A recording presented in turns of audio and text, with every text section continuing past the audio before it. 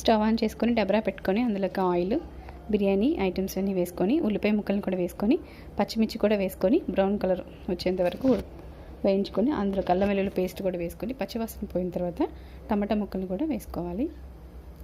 ఇందులోకి పుదీనా, కొత్తిమీర జల్లుకొని బాగా వేయించుకోవాలి. అందులో తగినంత ఉప్పు, కారము వేసుకున్న తర్వాత పచ్చివాసన పోయే వరకు ఉడికించుకోవాలి. ఇందులోకి పెరుగు, ఇది కూడా గ్రేవీలాగా వచ్చేలాగా కలుపుకొని వేయించుకోవాలి. ముందుగా ఉడికించుకున్న మటన్ ముక్కలు కూడా వేసుకోవాలి. ఎలా ఉడికించుకోవాలో నా ఛానల్లో ఫుల్ వీడియో ఉంది, చూడండి. ఎసురు 2 గ్లాసులు బాస్మతి రైస్కి 3.5 గ్లాసులు వాటర్ సరిపోతుంది కరెక్ట్గా.